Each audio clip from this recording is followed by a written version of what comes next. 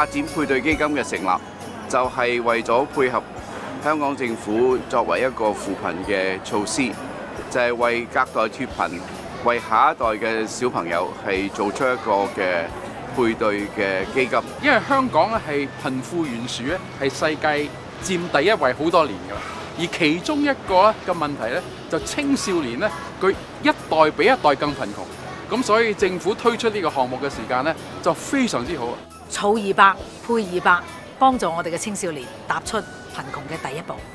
貧窮咧係可以改善嘅，唔係我哋好似印度人相信或者我生出嚟就窮嘅，窮好多代嘅，唔係嘅，係你靠自己嘅奮鬥同埋靠自己嘅努力，靠自己嘅儲蓄，可以突破呢一個貧窮界線。其實香港要解決隔代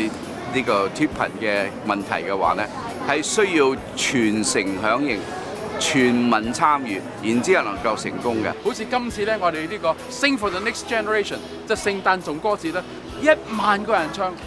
兒童發展配對基金嘅聖誕頌歌節已經係每年聖誕節全港嘅一大盛事。踏上脫貧路，將自己嘅生命咧可以貢獻呢個社會。